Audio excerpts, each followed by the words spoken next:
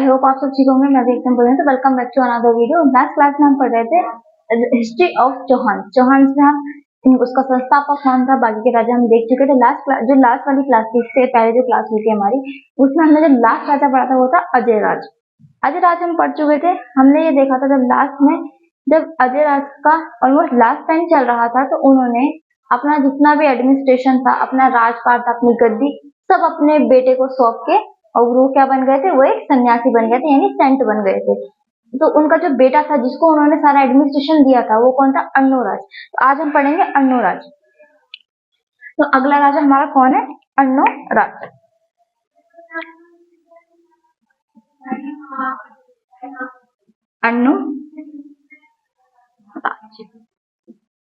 अर्णोराज हम देख रहे थे।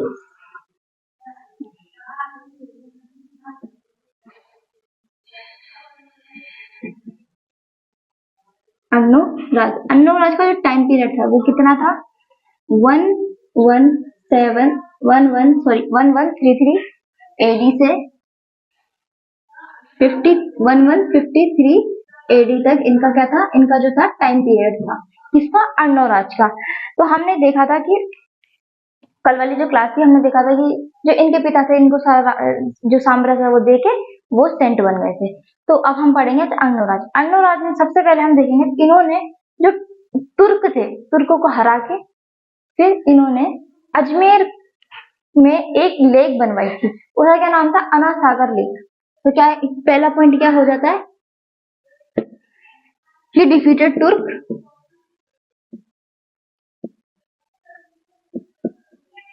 डिफीटेड तुर्क and build लेक अनासागर। जो अनासागर लेक है अभी अजमेर में इस समय, वो किसने बनवाई थी? वो अर्णोराज ने बनवाई थी। एट बैटलफील्ड, जहां इन्होंने युद्ध लड़ा था किसके साथ? तुर्कों के साथ। उसी बैटलफील्ड में इन्होंने एक नदी बनवाई थी, उसको क्या नाम था? अनासागर लेक। वो कहाँ पे स्थित है? वो अजमेर में स्थित है। कहाँ पे स्थित है? अजमेर में स्थित है। कौन सी लेक? अनासागर। इसके बाद में इन्होंने एक वहां पे टेम्पल भी बनवाया था। कहाँ पे? पुष्कर में इन्होंने एक टेम्पल बनाया था, जिसको हम क्या बोलते हैं? वराह टेम्पल। तो ही बिल्ड वराह टेम्पल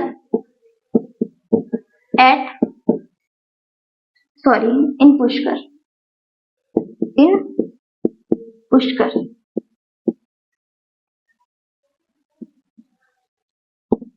तो इन्होंने क्या क्या करवाया था? एक तो अनासागर लेक बनवाई थी, देन फिर दूसरा क्या क्या था? इन्होंने एक टेम्पल बनवाया था। जो कौन सा टेम्पल था? वराह टेम्पल था। कहाँ पे बनवाया था? पुष्कर में इन्होंने ये टेम्पल बनवाया था। और जो लेक थी वो कहाँ बनवाई थी? वो अजमेर में इन्होंने लेक बनवाई थी। एंड देन फिर इन्होंने मालवा का जो राजा था उसको भी इन्होंने डिफीट किया था। मालवा का राजा जो था उसको इन्होंने डिफीट किया था। क्या नाम था मालवे के राजा का? ही डिफीटेड, लिख देते हैं पहले फिर हम आपको बताते हैं।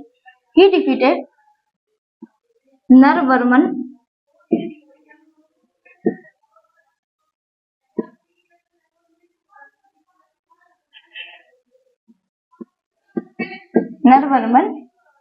ऑफ मालवा। मालवा के नरवर्मन को इन्होंने डिफीट किया दिया था। किन्होंने? अर्णोराज ने। किन्होंने कर दिया था? अर्णोराज ने किसको डिफीट किया था? मालवा के नरवर्मन को इन्होंने डिफीट कर दिया था। इसके बाद में गुजरात के जो चालुक्य किंग थे, यानी सोलंकी किंग, गुजरात में जो चालुक्य थे वो कौन थे? सोलंकी। तो उनके जो उसका जो किंग था, क्या नाम था उसका? Jaisingh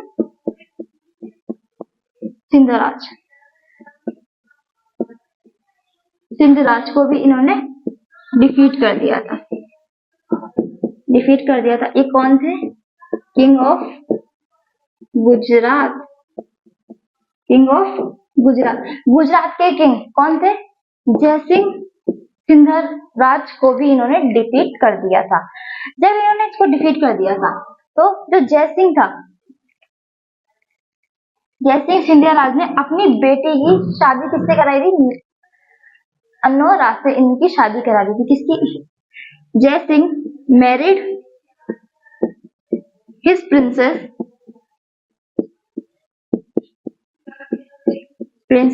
to him. और जो प्रिंसेस का क्या नाम था, इनकी जो प्रिंसेस थी उनका क्या नाम था, कंचन देवी। कंचन देवी क्या नाम था, कंचन देवी नाम था। किसकी, जयसिंह सिंधिया राज की जो बेटी थी उनका क्या नाम था, कंचन कंचन देवी। कंचन देवी की शादी जयसिंह सिंधिया राज ने किससे करा दी थी, अर्नोराज से शादी करवा दी थी। जब उन्होंने बैटल में वो हार गए थे उसके बाद इन्होंने अपनी शादी करा दी थी अपनी बेटी की। किसकी, अपनी बेटी की। फिर ये हो जाता है। फिर अर्नोराज को किसी ने डिफीट किया था, तो वो भी चालुक्य किंग ही था। उसने किसको डिफीट किया था, अर्नोराज को डिफीट कर दिया था। He was defeated by Gujarat Chalukya king Kumar Pal ने इनको डिफीट कर दिया था। किसको, अर्नोराज को। जब ये हार गए थे तब अर्नोराज ने अपनी बेटी की शादी किससे करा दी, कुमार पाल से करा दी। मैरिड हिज प्रिंसेस, क्या नाम था प्रिंसेस का, झालन देवी। झालन देवी की शादी किससे करा दी थी, टू कुमार पाल। पहले तो इन्होंने चालुक्य जो चालुक्य किंग था उसको हरा के उसकी बेटी से शादी करी। उसका क्या नाम था, कंचन देवी से इन्होंने शादी करी। देन फिर इन्होंने दोबारा दूसरा युद्ध लड़ा कुमार पाल के साथ, उसमें ये हार गए। हारने के बाद में इन्होंने अपनी बेटी की शादी किससे करा दी, कुमार पाल से इन्होंने उसकी शादी करा दी। इनकी बेटी का नाम था, मतलब अर्नोराज की जो बेटी थी उनका क्या नाम था, झालन देवी। तो इसकी शादी किससे करा दी, कुमार पाल से इसकी शादी उन्होंने करा दी।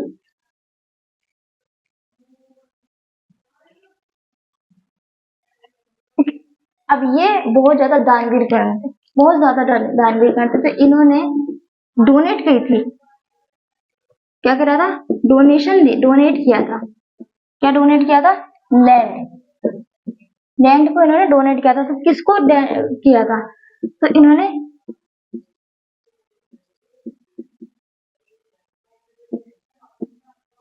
कर्तनजंगा जो संत थे उनको इन्होंने क्या किया था, इन्होंने जमीन दान में दी थी। इन्होंने अर्नोराज ने क्या दिया था, जमीन दान में दी थी। तो ये भी बहुत ज्यादा बड़े दानवीर थे। अब इनके जो कोर्ट स्कॉलर थे, इनके कोर्ट स्कॉलर्स कौन कौन थे, कोर्ट स्कॉलर्स इनके कौन थे, इनके दो कोर्ट स्कॉलर थे। पहले तो थे देवभूत एंड दूसरे कौन थे, धर्मन घोष। क्या, देवभूत एंड धर्मन घोष, इनके क्या थे,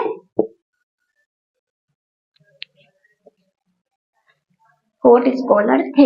आप देखो अर्नोराज की हत्या किसने कर दी थी, अर्नोराज की हत्या उसके बेटे ने कर दी थी। कौन, क्या नाम था, जगदेव। जगदेव ने अर्नोराज को मार दिया था, फिर वो खुद राजा बन गया था। पर इसमें भी ट्विस्ट है, तो पहले हम ये देख लेते हैं। He died नहीं, murdered. He was murdered by his son. क्या नाम था जो उनके बेटे था, जगदेव। जगदेव ने इनकी हत्या कर दी थी। यहाँ पे तो हो जाता हमारा अर्नोराज खत्म। अब हम अगला राजा कौन पढ़ेंगे, किसने हत्या करी थी, अर्नोराज की, जगदेव ने। तो अगला राजा कौन बनना चाहिए, जगदेव बनना चाहिए। पर आपने देखा होगा जब कोई राजा बनता है अपने पिता को मार के, तो जो सामंत होते हैं, वो प्रजा होती है, वो उसको इतनी जल्दी से एक्सेप्ट नहीं करती है। तो यही हुआ जगदेव के साथ। जगदेव को भी सामंतों ने, प्रजा ने एक्सेप्ट नहीं किया। नहीं करने के बाद में जगदेव का एक भाई था अपना, उसका यंगर ब्रदर था, क्या नाम था, विग्रहराज चतुर। विग्रहराज चतुर को राजा बना देती है सामंत और प्रजा। और इसको डिपोस्ट कर देती है, इनको राजा के पद से हटा देती है, किसको, जगदेव को, और नया राजा किसको बना देती है, विग्रहराज चतुर को नया राजा बना देती है। तो ठीक है, अब ये तो हमने देख लिया। इससे पहले हम एक काम करते हैं, अब फैमिली ट्री देख लेते हैं। आरपीएससी क्वेश्चन पूछता है कि क्रोनोलॉजी बताओ, इसके बाद कौन सा राजा आता है, इसके बाद कौन सा राजा आता है, तो शायद ये क्वेश्चन बन जाए। तो अगर हम क्वेश्चन बन जाए तो उस टॉपिक को छोड़ें भी क्यों, तो हम देख लेते हैं, 2 मिनट का काम है, फटाफट से हम इसको देख लेते हैं। तो मेन जो पेड़ है, पेड़ की जो सबसे मजबूत हिस्सा क्या होता है, उसकी नीचे वाली जड़, तो जो जड़ है वो कौन है, अर्णोराज। अर्णो, अब देखो अर्णोराज की 2 शादियां हुई, और भी हुई तो हमें इस बारे में कोई पता नहीं है। 2 हम उनकी, जो उनकी वाइफ है उनको हम देखते हैं। तो पहली वाइफ कौन सी है, सुधा, क्या, सुधुआ। एंड तीसरी, मैंने क्या बोला, चालुक्य जो प्रिंसेस थी कौन थी, कंचन देवी। कंचन देवी, कौन सी, कंचन देवी और सुधुआ। अब इनके बेटे होंगे, सुधुआ के 2 बेटे हुए, एक तो था जगदेव जिसने हत्या कर दी थी अपने पापा की, जगदेव। दूसरा हुआ विग्रहराज,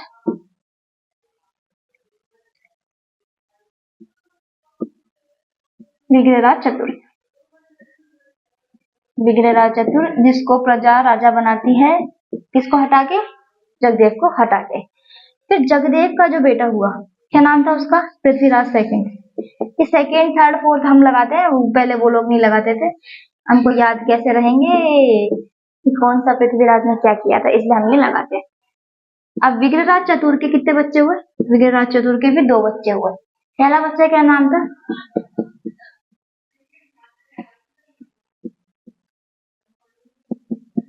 अपार गांग्या, एंड तीसरा नागार्जुन। दूसरा बेटा क्या था, नागा अर्जुन। तो ये किसके बेटे हुए, ये हुए विग्रहराज चतुर के। तो ये तो हमने किसके देखे, जो सुधवा का जो फैमिली ट्री था वो हमने देखा। इसके बाद में हम कंचन देवी के भी थोड़ा जो फैमिली ट्री है वो हम देख लेते हैं। तो इनका बेटा एक हुआ, क्या नाम था उनका, सोमेश्वर। कौन था, सोमेश्वर। सोमेश्वर के 2 बेटे हुए, पृथ्वीराज थर्ड। अब देखो ये दोनों भाई हैं, भाइयों के नाम बिल्कुल सेम है। अब ऐसे नाम रख दिए तो दूसरी माँ खा जाए, मेरे बेटे का नाम कैसे रखा तुमने, पहले ऐसे सब रख लेते थे। ठीक है, पृथ्वीराज थर्ड, एंड तीसरा क्या, हरिराज,